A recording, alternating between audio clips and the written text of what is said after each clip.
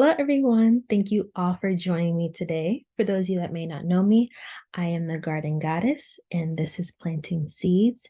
And today we'll be talking about psychics and psychic medicine. And before we get started, I want to talk to you all about today's medicine. Today, I am utilizing my holy water spray called Shield. It is by far my favorite holy water I've ever created.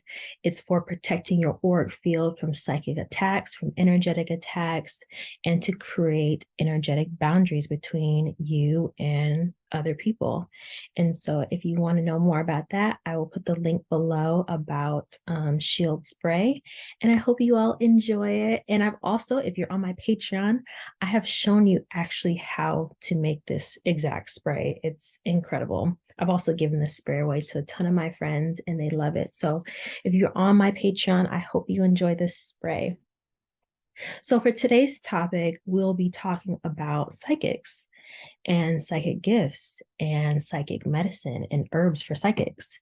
And I think this is important because your psychic gifts are something that you are naturally just born with. Each of us come into this world, on this earth, with our own gifts and our own talents and our own purposes, and our own destinies.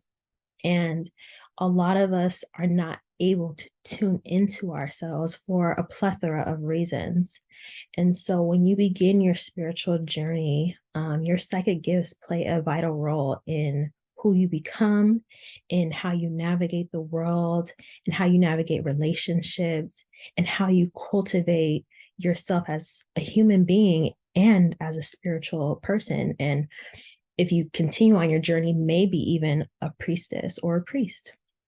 And so I really want to dig deep into this topic because we all have these abilities, but many of us aren't able to tap into them. And so today we'll be getting into that.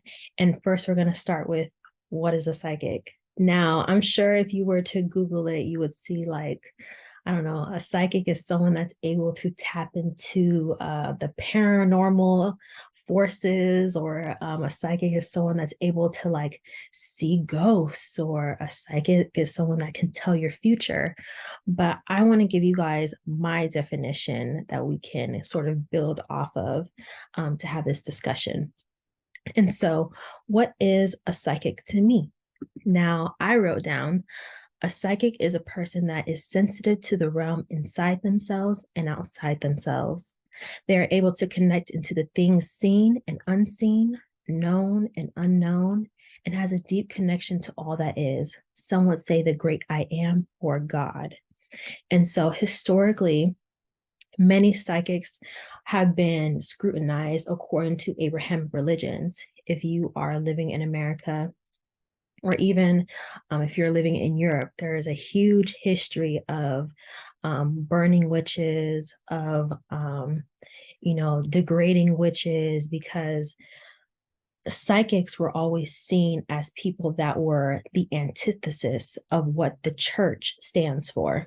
And so if you were someone that showed any sort of ability that was not approved by the church or someone of the Abrahamic religions, then you were seen as someone that worshiped the devil. You were seen as someone that was going against God. If you were going against the church, or if you did anything that wasn't aligned with the church, you weren't aligned with God.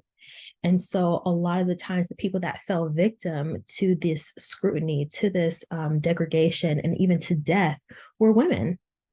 Many women were seen that showed psychic gifts, or that were seen as the antithesis of the church, were deemed as witches and were deemed as unworthy of life.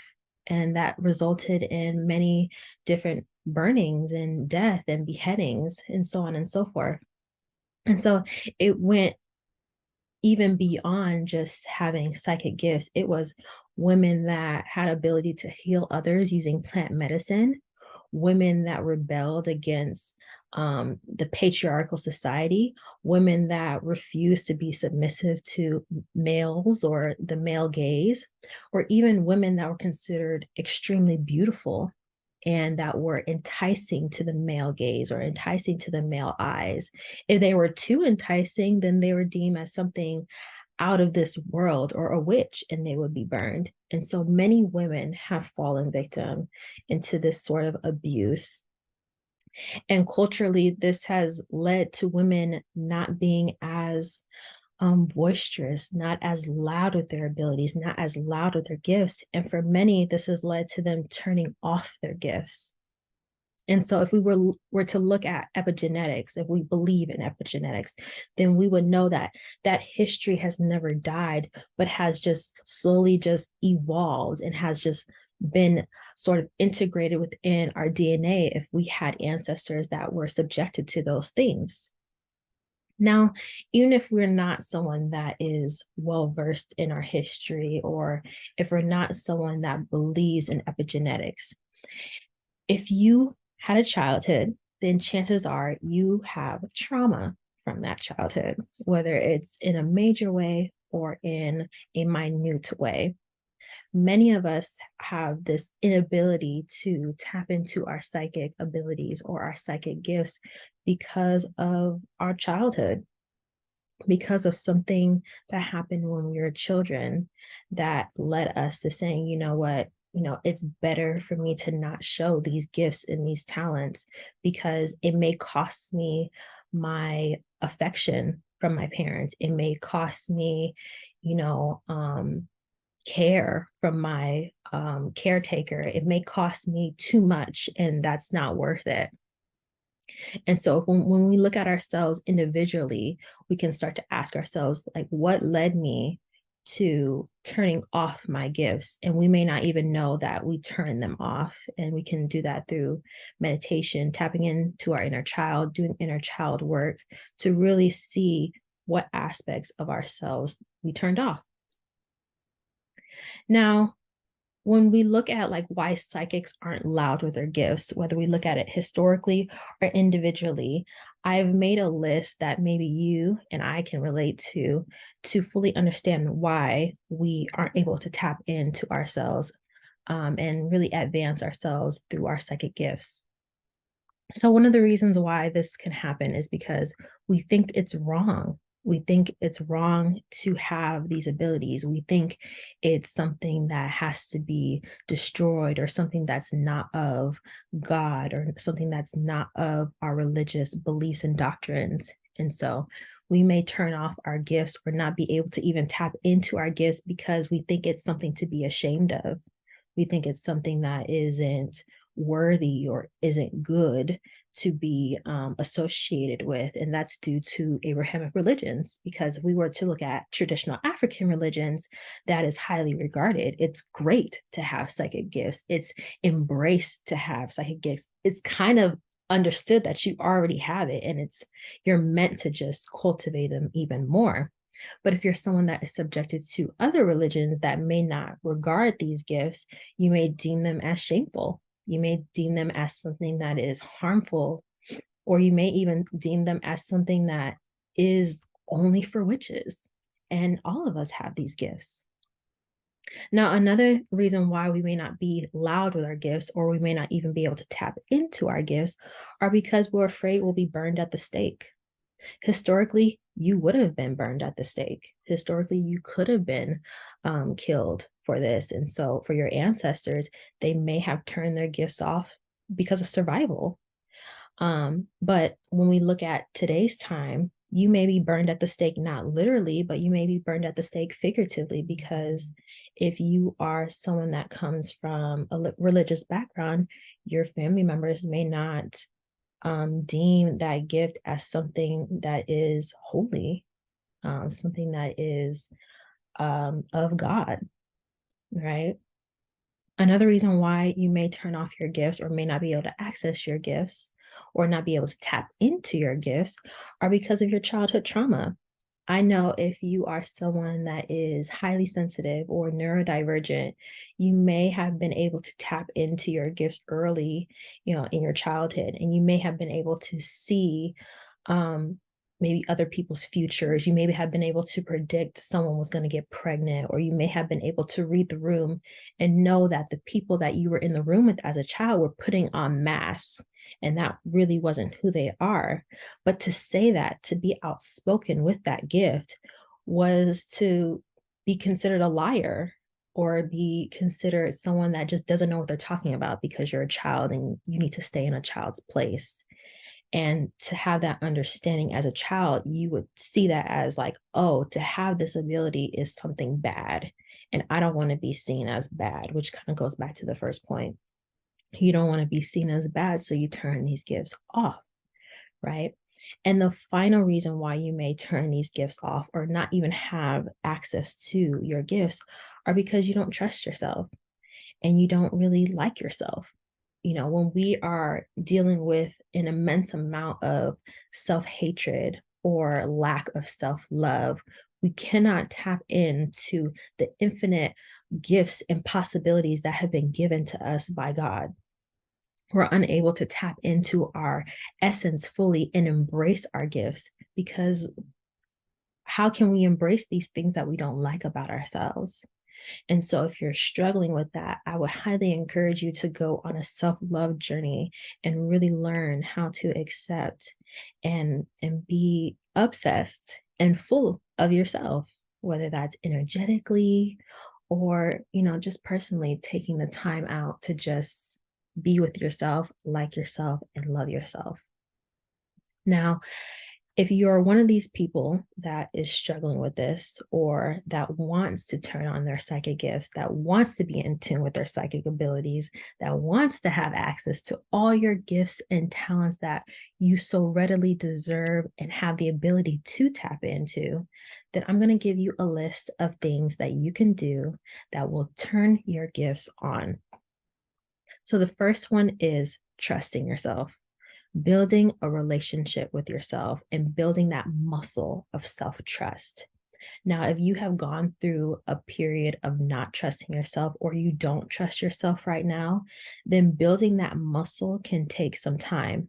And you build trust with yourself by keeping promises to yourself, doing what you say you're going to do, setting those boundaries that you say you're going to set, showing up for yourself, prioritizing yourself, choosing yourself always, making yourself the number one person in your life.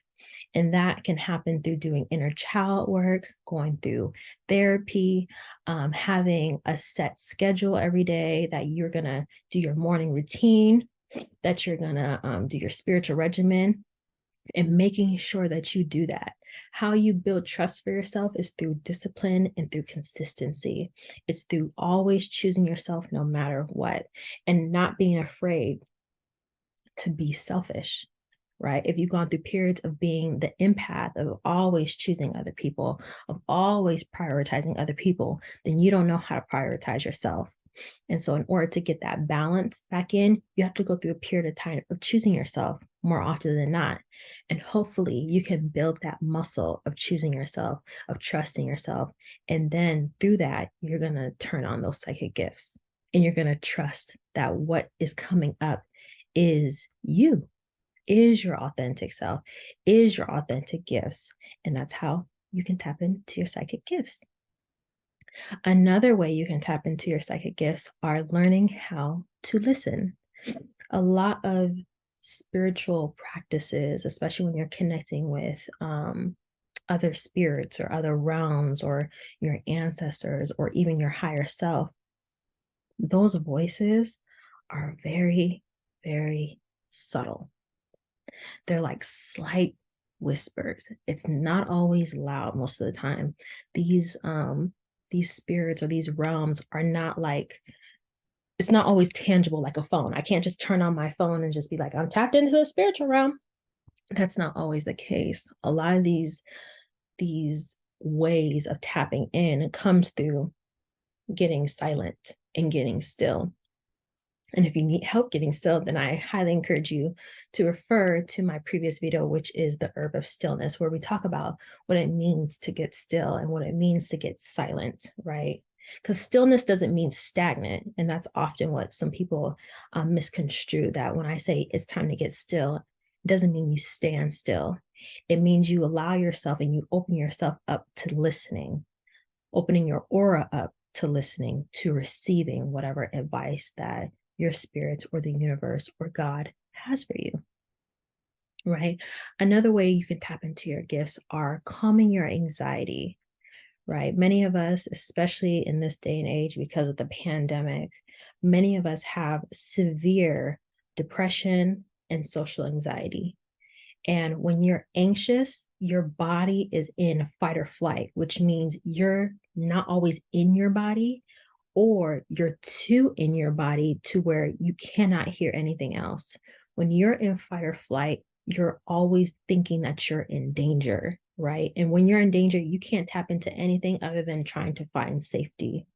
So when you're able to tune your nervous system to cultivate ease, not just externally, but internally, then you're able to actually be able to be open to other abilities that you have, not just your psychic gifts, but you're able to actually be in reality and really see yourself in reality, right? And the final way you can tune your gifts, tap into your gifts, or have access to your gifts is by having a slower paced lifestyle. When you are so busy to where you can't even think, you can't even really get enough sleep, you're not really eating, you will not be able to tap into your psychic gifts because you're going to be too tired.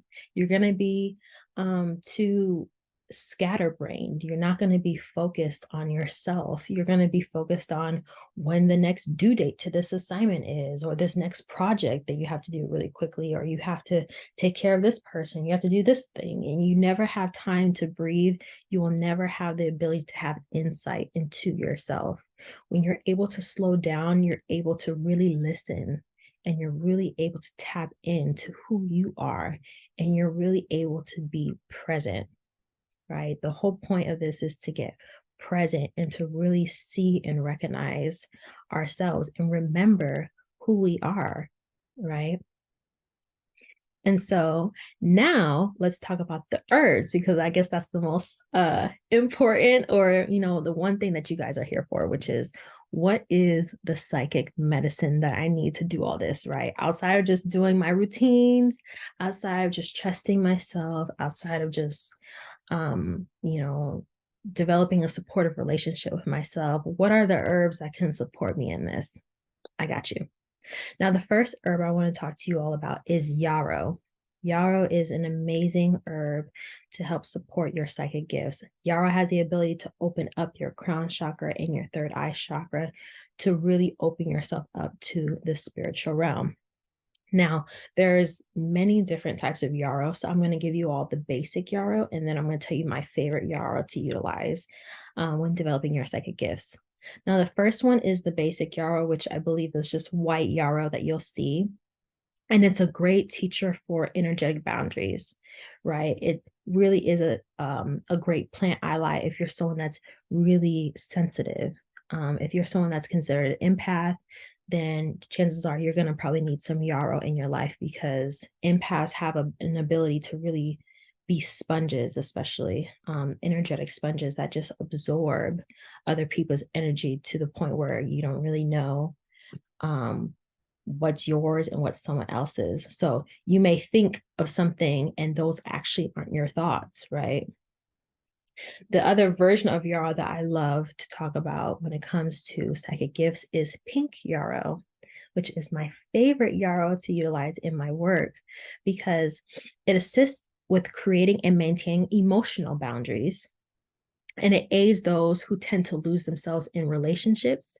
And it's a great remedy for encouraging deep capacity for confidence in oneself and fortifying your auric field. Now, when you're trying to tap into your energetic boundaries, you're not just your energetic boundaries, but when you're trying to tap into your psychic gifts, your emotions play a big role in your ability to tap in. Your emotions reflect your self-worth. Your emotions reflect how you see reality. Your emotions reflect how you're able to develop a relationship with yourself. Your emotions affect your ability to connect with your higher self and the highest of all, energies, which is God, right? And when you don't have strong boundaries and you're not able to know the difference between your energy, someone else's energy, you're not able to tap into your gifts because you may take on someone else's thought forms, thought patterns, emotions. You can't tap in order to be able to tap into your psychic gifts. You got to be a clear channel, right? And so in order to do that, you have to have firm energetic boundaries. You have to be able to clear yourself out, clean yourself up, and make yourself an instrument for the divine. And so having yarrow within your work, or just consuming yarrow within, your day-to-day practice, will help you develop not only a strong psychic gift in that channel to tap into your psychic gifts, but it helps you develop boundaries so that you only are full of yourself and not someone else. Right. The next herb that I wanted to share with you all, and probably the final herb because I have honorable mentions, are lavender. Now, lavender is probably the most common herb that people use in their magical and medicinal work because it's the queen or king of relaxation, right? And I even have a video on lavender, which I will probably link or put in the comments, or put in the little information tag in this video. But lavender actually magically is great because it encourages spiritual sensitivity, and it has an ability to make you a highly refined psychic because it refines your awareness, right? It has the ability to kind of tap you in to the spiritual realm and even the ancestral realm, right? And so it also provides grounding and a soothing presence in time of overwhelmed and scattered. And so when we're tapping into our psychic gifts, we can't be anxious, right? We just talked about that. We can't be anxious. We can't be worried. We can't overthink it. We have to be in an easeful, peaceful state of mind and being in order to tap in, right? Especially if we're just learning how to do this. And so lavender is a great aspect to, or a great ally to incorporate within our work when we're trying to develop our psychic gifts. Now, I have honorable mentions.